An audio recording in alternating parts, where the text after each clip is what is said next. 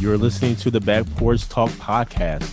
Danny and Jason had many discussions and debates on the back porch while making pivotal investment moves with assets. That's right, with trading cards.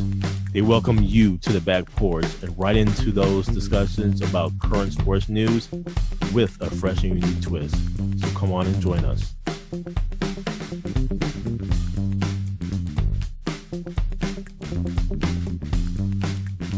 Welcome to the Back Porch Talk podcast. I'm your co-host, Jason. Your co-host, Danny. Fans, y'all know what to do. Go ahead and like the show. Go ahead and subscribe. We need the algorithms to algorithm. We can only do that with you helping. So go ahead, do that thing. Got a full show for you today. A little MLB, a little football, a little bit college football. U.S. Open tennis is happening. Man, there's a whole lot going on. But first, Danny, right into Major League Baseball, where, man, the Brewers, they dropped 2 out of 3. Out of their last 10 games, they're 4-6. They do still have a 5-game lead up on the Chicago Cubs. This is what I was a little afraid of. And looking at the Chicago Cubs schedule, it's a little light, a little weak, if you will. And man, the Brewers dropping 2 out of 3 against the Giants didn't help. We really needed them to win this series and every series moving forward, just to have that separation with the Chicago Cubs. Yep. And so this is going to be very interesting, coming up here, because when you look at the schedule and everything, man, you have, starting this evening, you have Arizona coming into Milwaukee trying to do the thing. We need these against Arizona. This is a 4-game set against Arizona. Then you have Toronto, which is going to be a tough series. Mm-hmm. Then you have Philadelphia, another tough series. Then you have Pittsburgh. Then you have the Texas Rangers, which that's going to be an interesting series. I mean, this is going to be, to wrap up this season, it's going to be tough for the Brewers. I'm just going to be real, Danny. Mm-hmm. Not only that, but right after the Texas Rangers, you have St. Louis Cardinals, which I think you can do something against the Cardinals here. But you have the Angels, and then you have St. Louis again. And then you have San Diego, and you wrap up with Cincinnati. This is going to be tough. So I don't think the Brewers peaked, but I will say we needed that 14-game winning streak in order to not only get first in the division, but to get some separation. What say you, Danny, about these Milwaukee Brewers? Jason, the Brewers are lucky they didn't get swept against the Giants, because Friday night there was some magic. Late in the game, with, Contreras hitting the home run. Mm-hmm. Willie Adames came back to town. He tried to spoil the party, but at least they won on Friday night. And they had 2 tough pitching matchups with Logan Webb on Saturday and Robbie Ray yesterday. So they get some relief there tonight with Arizona and who they're throwing. And Woodruff's throwing tonight too. So it's a good start from their perspective on the pitching front. But yeah, man, goes back to what we've been saying for the last couple of months. 2 out of 3. You got to get 2 out of 3. And, the Cubs inch right back into this now. And I look at those St. Louis Cardinals series where the Cardinals are, they're more or less out of it, or they're way out of it right now. But those could be spoiler series, because, they would like to, knock the Brewers out if they can, or knock them down. So that's where this series against the Diamondbacks for sure they have to get, because Toronto and Philly back to back, that's rough. So this is one, and the Diamondbacks are nothing to sneeze at. So I'm hoping Woodruff can get off to a great start tonight, and then let them build some momentum and get going again. The other thing to this, Danny, is Jackson Churio. Hopefully he'll come back here sooner than later. I know he had a AAA assignment, Hmm. and this is from his hamstring injury. And so hopefully we get another bat in the middle of the lineup, but then also Hmm. get that outfield help that we need. I would say the backups have done a decent job, filling in, but Hmm. we need that extra bat, man, especially now, man. This Hmm. is we coming down to it. I mean, I just don't want this 14 game win streak to, go for naught.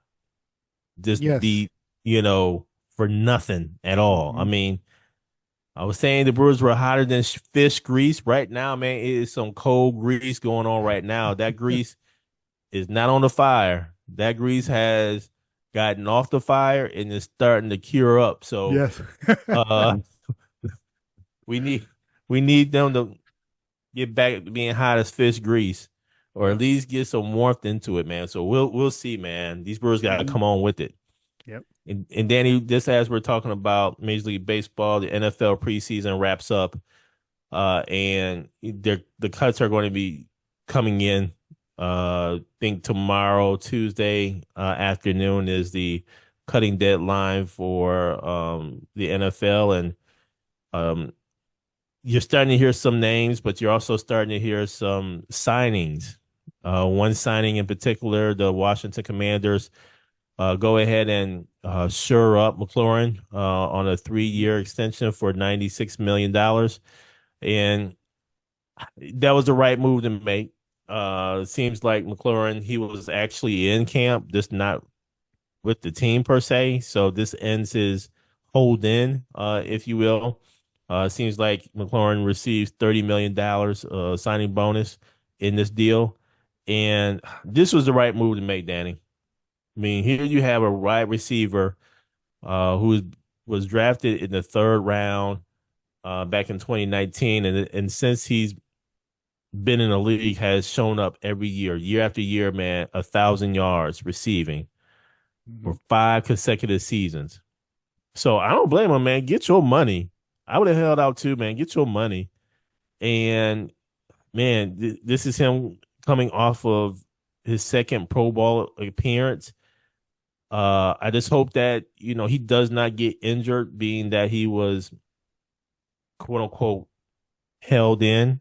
Hmm. And so we'll see. What say you, Danny, about this McLaurin signing for the Washington Commanders? I agree, Jason. The market kind of set itself. So I was curious on what I need to look at the negotiation and the details of the contract closer to see what held this up because he was looking for it was rumored to around 30 million, which he ended up with 32 a year.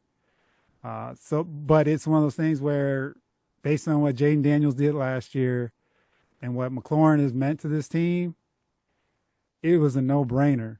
Hmm. Now, like you mentioned, the fear is with him not, being full speed practice and things like Hmm. that.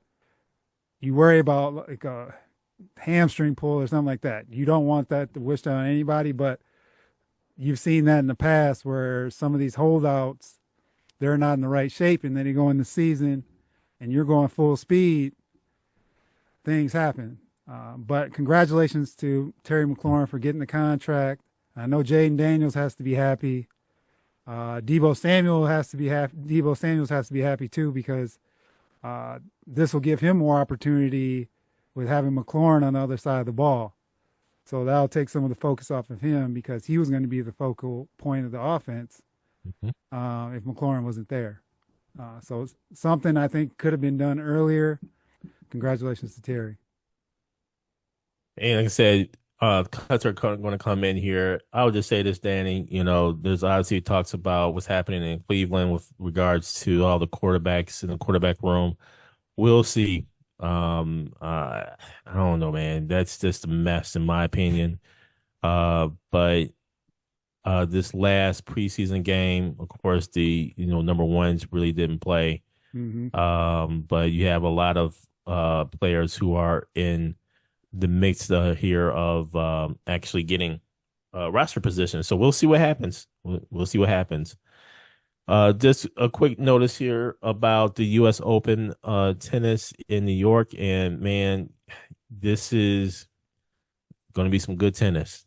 As of right now, Francis Tiafoe is up 1-0, and he is leading in the second set right now, 7-6 against Japanese tennis player Nishioka. And it just turned here. Tiafoe wins set number 2, so he's up 2-0. So it's here. It's that time of season, man, where we actually have U.S. Open tennis being played. What say you, Dan? Biggest time of the year for tennis, man, and it commands this time frame. It works out well for them too. Get some eyes on the sport as people are waiting the NFL season to start. So this is an opportunity if you want to catch some good tennis, see some players you're not necessarily familiar with, because it goes until September 8th, I think, is the last day of U.S. Open. So there's a couple weeks here of tennis, and they take over New York and see what happens. And Danny, just as I mentioned about NFL preseason wrapping up, I want to go back here to college football, and where to me the highlight of the weekend was that of the MEAC SWAC challenge, North Carolina Central against Southern University, and where North Carolina Central goes ahead and wins this outright, man, 31-14. The last 3 seasons has been a SWAC win, and this year is a MEAC win. What I saw, especially in the first half, was this, man, North Carolina Central just eating up the clock, man. This was just running down your throat, eat up the clock type situation, but Southern remained in it. Mm-hmm. Southern remained in it. It was a 17-14 game at halftime with North Carolina Central winning, but man, I think Southern just ran out of gas in the second half, man. They didn't score at all. 14 points was scored by North Carolina Central. Welcome to college football, MEAC SWAC Challenge. What say you, Danny? Yeah, Jason, big play in the game was Mosley breaking off that 49-yard touchdown run right before the first half, which put the North Carolina Central up 17-14. Because like you said, Southern was right there. Mm-hmm. And then in that second half, those boys up front were just wearing Southern down, man. Yep, exactly. They couldn't do anything with it. Mosley ended up with 174 yards on the ground, by the way. And North Carolina Central, their quarterback actually fumbled when they were about to score another touchdown in the first half too. So there are opportunities for Southern, but yeah, that second half, man, you can just tell Central had them, man. They just dominated them up front, and Southern just couldn't get anything going on the offensive end. Thank you for joining us at Back Porch Talk Podcast. You can also join us on Twitter by tweeting us at @back_podcast. For more information, you can go to our website, which is backporchtalkpodcast.com. You can also email us at backporchtalkpodcast@gmail.com. Again, thank you for joining us, and remember that there's enough hate in the world, so go ahead and spread a little love.